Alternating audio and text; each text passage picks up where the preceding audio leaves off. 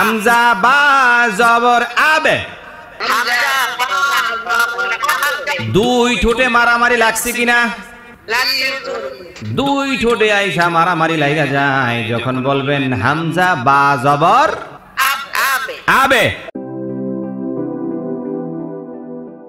আউযু বিল্লাহি মিনাশ শাইতানির রাজীম। বিসমিল্লাহির রহমানির রহিম। রব্বি জিদনি ইলমা, রব্বি জিদনি ইলমা, রব্বি জিদনি ইলমা। রব্বি ইশরাহ লি সাদরি ওয়াইয়াসসির লি আমরি ওয়াহলুল উকদাতাম মিন লিসানি ইয়াফকাহু কওলি। আচ্ছা, গতকাল আমরা 10 নং মাখরাজ পর্যন্ত পড়ছিলাম, তাই না? জি হুজুর। জি জি, ওকে। তাহলে আজকে কয় নাম্বার মাখরাজ থেকে হবে? 11 নং। হ্যাঁ, সবাই আমার সাথে জোরে সরে পড়েন 11 নাম্বার মাখরাজ। 11 নাম্বার মাখরাজ। জিহবার আগা, জিহ্বার আগা। এই একসাথে হয় না কেন? একজনে আগে একজনে পরে। হ্যাঁ, 11 নাম্বার মাখরাজ। 11 নাম্বার মাখরাজ। জিহবার আগা, জিহ্বার আগা। সামনের উপরের, সামনের উপরে। দুই দাঁতের গোড়ার সঙ্গে লাগাইয়া, দুই দাঁতের গোড়ার সঙ্গে লাগাইয়া। 3টি হরফ উচ্চারিত হয়। 3টি হরফ উচ্চারিত হয়। তা, দাল, তো। কয়টা হরফ? কয়টা হরফ? 3টি। আচ্ছা, 3টা হরফ উচ্চারিত হয়। এখন আসেন আমরা মিলাই নেই জিহবার আগা। তো জিহবার আগা হলো ঠিক এইটা, এইটা হলো জিহবার আগা। তো জিহবার আগার উল্টা পিঠ, সরি, জিহবার আগা সামনের উপরের দুই দাঁতের গোড়া। তাহলে জিহবার আগা সামনের উপরের দুই দাঁত, সামনের এবং উপরের, কিন্তু নিচের না, উপরের দুই দাঁতের গোড়ার সঙ্গে যায় লাগা যাবে। আচ্ছা, আমরা উদাহরণ দেই, উদাহরণ দিলে দেখবেন ক্লিয়ার হয়ে যাবে। তো জিহবার আগা থেকে আমরা এখান থেকে টেনে এটা ঠিক এই জায়গায় নিয়ে আসি, এই জায়গায় নিয়ে আসলাম। এখানে আমরা লিখব যে 3টা হরফ। একটা হইল তা, একটার নাম কি? তা। এরপরেরটার নাম হলো দাল, এরপরেরটার নাম হলো ত। আচ্ছা, এখন এগুলোর সঠিক মাখরাজ যদি আমরা বের করতে চাই তাহলে হামজা আনতে হবে সামনে এবং এগুলোকে সাকিন করে দিতে হবে। এইবার আমার সাথে সবাই উচ্চারণ করবেন হামজা তা জবর আত।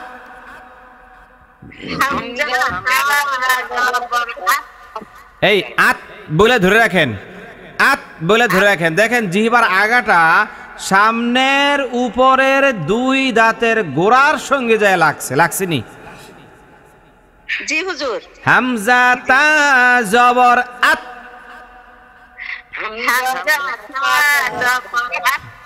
হামজা দাল জবর আদে। হামজা ত জবর আত।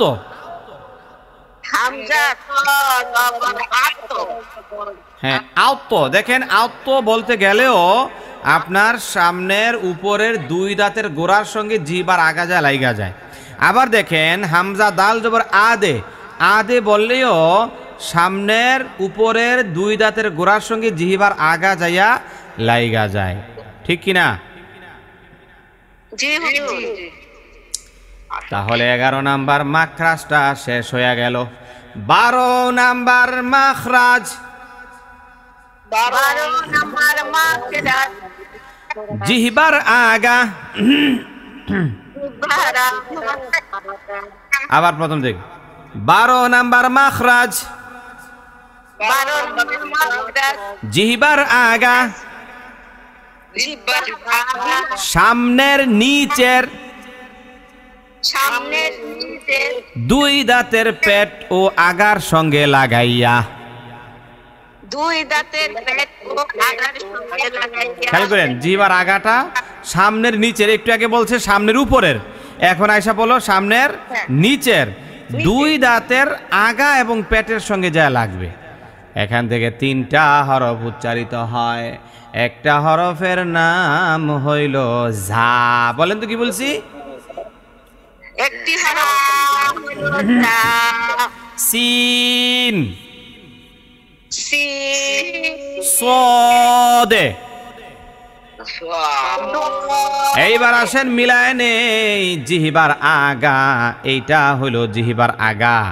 তো জিহিবার আগা সামনের নিচের, ঠিক এই যে এই জায়গা নিচের যেই দাঁত আছে, নিচের দুই দাঁতের আগা ও পেটের সঙ্গে লাগাইয়া 3টা হরফ উচ্চারিত হবে। আমরা একটু হরফগুলো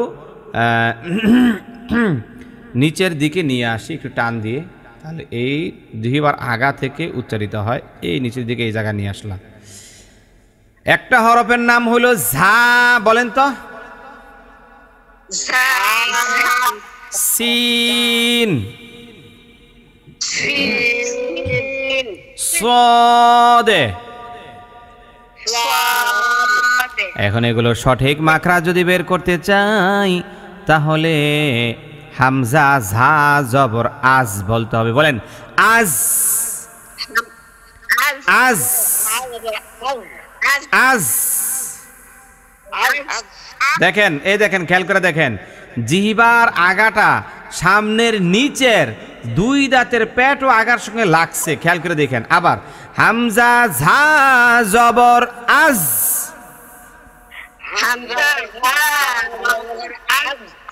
লাগছেনি, লাগছেনি।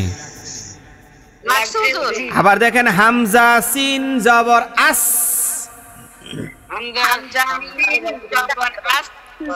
হামজা সাদে জবর আস।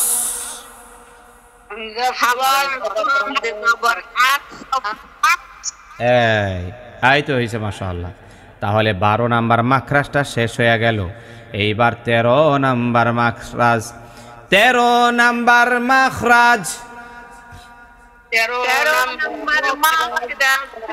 জিহ্বার আগা সামনের উপরের দুই দাঁতের আগার সঙ্গে লাগাইয়া।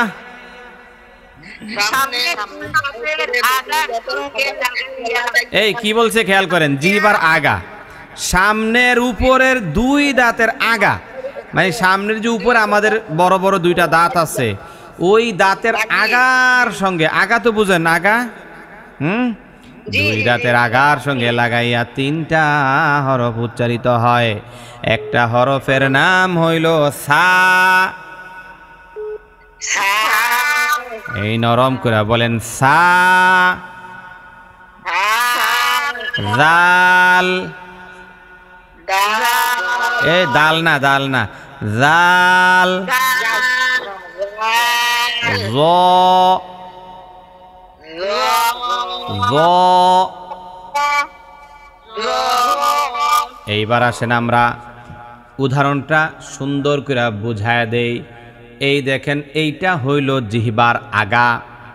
এই জিহ্বার আগাটা সামনের দুই দাঁতের, সামনের উপরের দুই দাঁতের আগার সঙ্গে যায় লাইগা যাবে। ঠিক এই জায়গাটা থেকে 3টা হরফ উচ্চারিত হয়। একটার নাম হলো সা। বলেন। আরেকটার নাম হলো জাল, আরেকটার নাম হলো জ। এইবার আসেন আমরা হামজা যুক্ত করে উচ্চারণগুলো করব। তাহলে দেখবেন সঠিক উচ্চারণটা বের হয়ে আসবে। হামজা সা জবর আস, হামজা নরম নরম হবে আস। আস জিহিবাটা হালকা একটু বের করে দিয়েন দাঁত থেকে, তাহলে উচ্চারণে ক্লিয়ারও আসবে আর কি। হামজা সা জবর আস, হামজা জবর আস, হামজা জাল জবর আজ, হামজা জবর আস, হামজা জ জবর আউজ। হামজা জবর আস। এই তো হয়েছে, মাশাআল্লাহ। এইবার আসেন 14 নাম্বার মাখরাজ। 14 নম্বর নিচের ঠোঁটের পেট, নিচের ঠোঁটের পেট, সামনের উপরের দুই দাঁতের আগার সঙ্গে লাগাইয়া, সামনের উপরের দুই দাঁতের আগার সঙ্গে লাগাইয়া, ফা। ফা। এইবার আসেন মিলায় দেই। নিচের ঠোঁটের পেট, নিচের ঠোঁট হইল এইটা, এই যে এইটা হইল নিচের ঠোঁট। এই নিচের ঠোঁটের পেট, পেটের সঙ্গে সামনের উপরের দুই দাঁতের আগা আইসা লাইগা যাবে, সামনের উপরের দুই দাঁতের আগা আইসা লাইগা যাবে, সেখান থেকে ফা উচ্চারিত হবে। আমি একটু আপনাদেরকে এই জায়গায় এনে উদাহরণটা বুঝায় দেই। আমরা এখানে লিখব ফা, বলেন তো ফা। শুধু ফা বললে সঠিক উচ্চারণটা বের হয়ে আসবে না। আমরা যদি সামনে একটা হামজা নিয়ে আসি আর ফায়ের মধ্যে সাকিন করে দিই, তাহলে সঠিক উচ্চারণ বের হয়ে যাবে। হামজা ফা জবর আফ, হামজা ফা জবর আফ। কেউ ছাড়বেন না, ধরে রাখেন, ধরে রাখেন, আবার আবার ধরে রাখবেন, কেউ ছাড়বেন না। হামজা ফা জবর আফ, হামজা ফা জবর আফ। কেউ ছাইরেন না, ধরে রাখেন, দেখেন মিলে কিনা। আমরা একটু আগে বললাম নিচের ঠোঁটের পেট, নিচের ঠোঁটের পেটের সঙ্গে সামনের উপরের দুই দাঁতের আগা লাইগা আছে কিনা বলেন? আছে হুজুর। হ্যাঁ, এবং হালকা করে বাতাস একটু বের হয়ে যাবে, কিন্তু খেয়াল করে দেখেন। হামজা ফা জবর আফ, হামজা ফা জবর আফ। বাতাস বের হইছিনি? জি হুজুর, হ্যাঁ, মিলছিনি? মিলে গেছে হুজুর। কথার সাথে কাজের সঙ্গে মিল আছে না নাই? জি হুজুর, আছে। 15 নাম্বার মাখরাজ। 15 নম্বরের মাখরাজ। এই সবাই কন্যা কেন? একজনে কয় আগে, একজনে কয় পরে। 15 নাম্বার মাখরাজ। 15 নম্বরের মাখরাজ। দুই ঠোঁট হইতে দুই ঠোঁট হইতে উচ্চারিত হয় উচ্চারিত হয় বা মিম ওয়াও।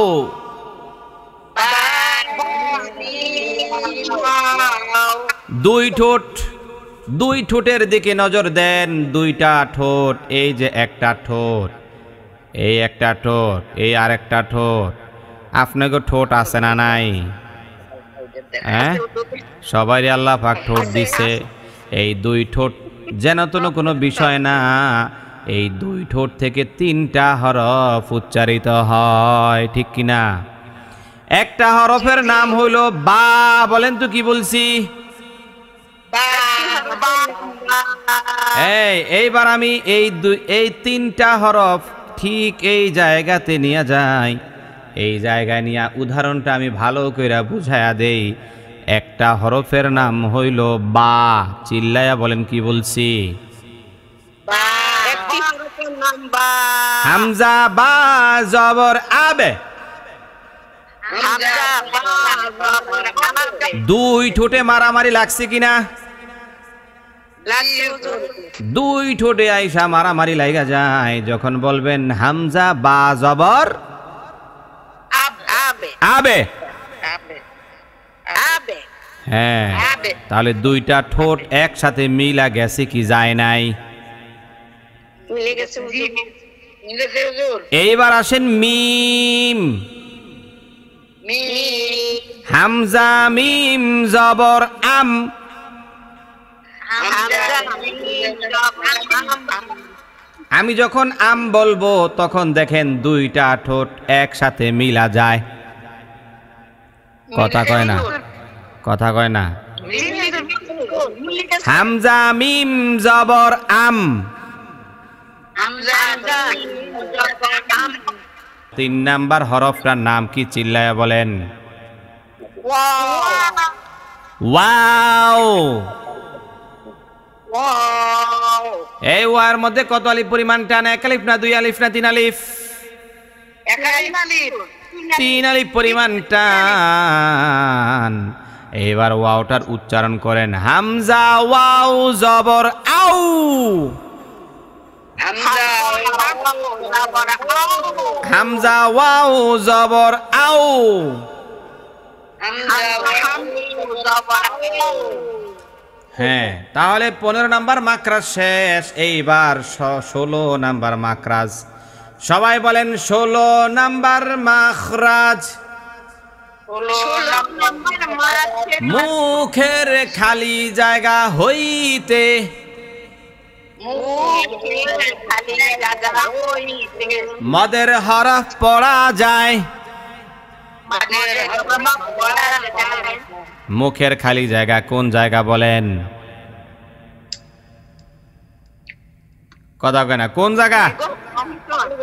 না না না না, কোনো পরে মজা পাইতেছি না। কথার লগে কথা না করে তো হইব না। কোন জায়গা বলেন? তালুর ফাঁকা জায়গা ওই একজনকে তালুর ফাঁকা দিয়ে আরেকজনকে মুখের ভিতরে আমি যেটা কইছি এটা কয় না। মুখের খালি জায়গা হইতে মুখের খালি জায়গা হইতে মদের হরফ পড়া যায়। মানের হরফ পড়া যায় কিসের হরফ পড়া যায়? মানের হরফ পড়া যায় তাহলে একটা বিষয় লক্ষ্য করেন, আল্লাহ কেমন মুখ বানাইছে। খালি জায়গাটাও আমাদের কোনো না কোনো একটা কাজে লাইগা যায়, ঠিক কি না? খালি জায়গাটা বাদ যায় না। জিহ্বার কাজ তো আছে, গলার কাজ আছে, তালুর কাজ আছে, দাঁতের কাজ আছে, নাকের কাজ আছে, সব কিছুর কাজ আছে। এমন কি মুখের ভিতরে খালি জায়গাটারও কি আছে? জোরে জোরে বলেন না সুবহানাল্লাহ। এইবার আসেন মদের হরফ কেমনে উচ্চারণ করবেন? বা আলিফ জবর বা।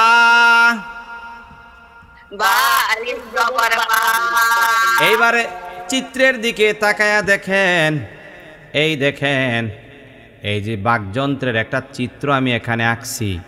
এখানে মাঝখানে মনে করেন আপাতত জিহ্বাটা নাই, জিহ্বা ছাড়া বাকি যে অংশটা এটা সবটাই মনে করেন মুখের খালি জায়গা। এই মুখের খালি জায়গা থেকে মদের হরফ পড়া যায়। আমি টান দিয়া এই জায়গাটায় নিয়ে গেলাম, এই জায়গায় নিয়া এই জায়গায় আমি মদের হরফগুলো লেখা দিব বা আলিফ জবর বা। বলেন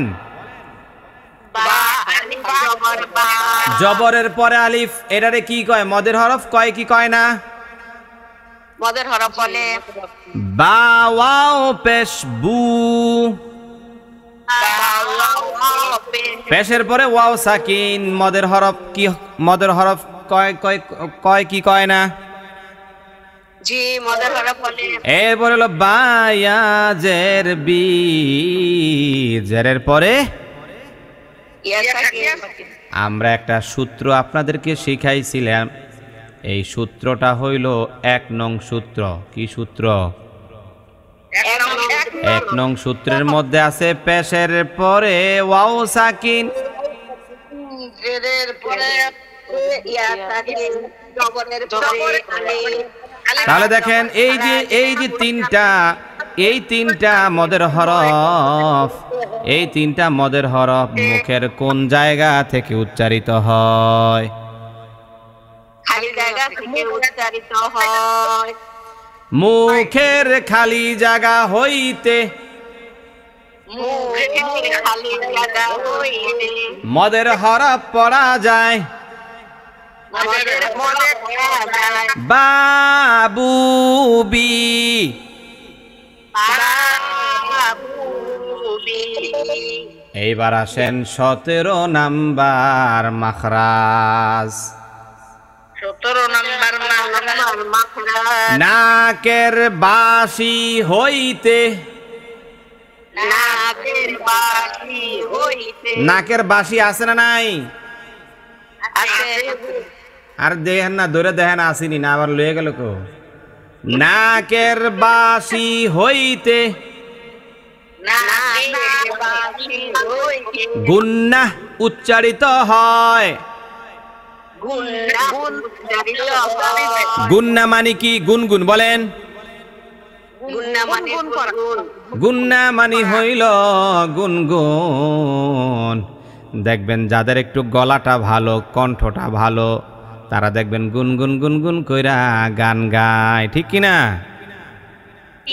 পাকশাক করে গান গায় আবার যখন নিরিবিলি থাকে কেউ না থাকে তখন গুনগুন গুনগুন করে গান গায় ঠিক নি এই যে গুনগুন গুনগুন করে গান গায় এইটাই হইল নাকের বাসি থেকে মানে গুনগুন গুনগুন গুনগুন মানে নাকের বাসি থেকে গুনগুন উচ্চারিত হয় গুন্না ঠিক আছে এখন আসেন নাকের বাসি থেকে আবার কি উচ্চারিত হয় সেটা কি হুজুর দলিল দেন দলিল হইল নুন এবং মিমে যখন তাসদিদ হয় কি বলছি বলেন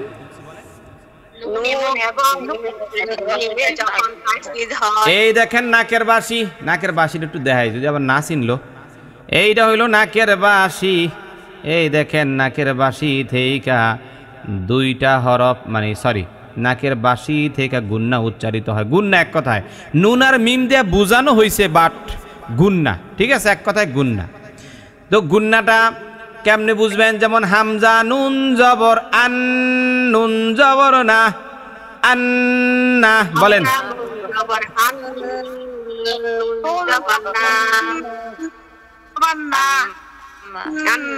হামজা মিম জবর আম মিম জবর মা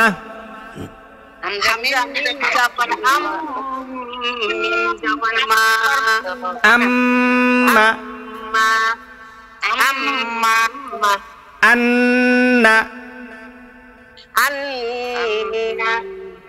এইবার সবাই জোরে সোরে মহান মালিক আল্লাহর দরবারে প্রশংসা করি যে আল্লাহ পাক আমাদেরকে 17টা মাখরাজ কমপ্লিট করার সুযোগ দিলেন এই জন্য পড়ি আলহামদুলিল্লাহ হি রাব্বিল আলামিন পড়েন আলহামদুলিল্লাহি রাব্বিল আলামিন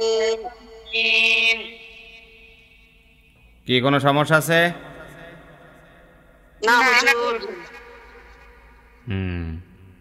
তাহলে 15টা 17টা মাখরাজ হলো শুনেন এই মাখরাজগুলো যদি কেউ মুখস্থ না করে তাহলে কোনো সমস্যা নাই কিন্তু উচ্চারণটা পারতেই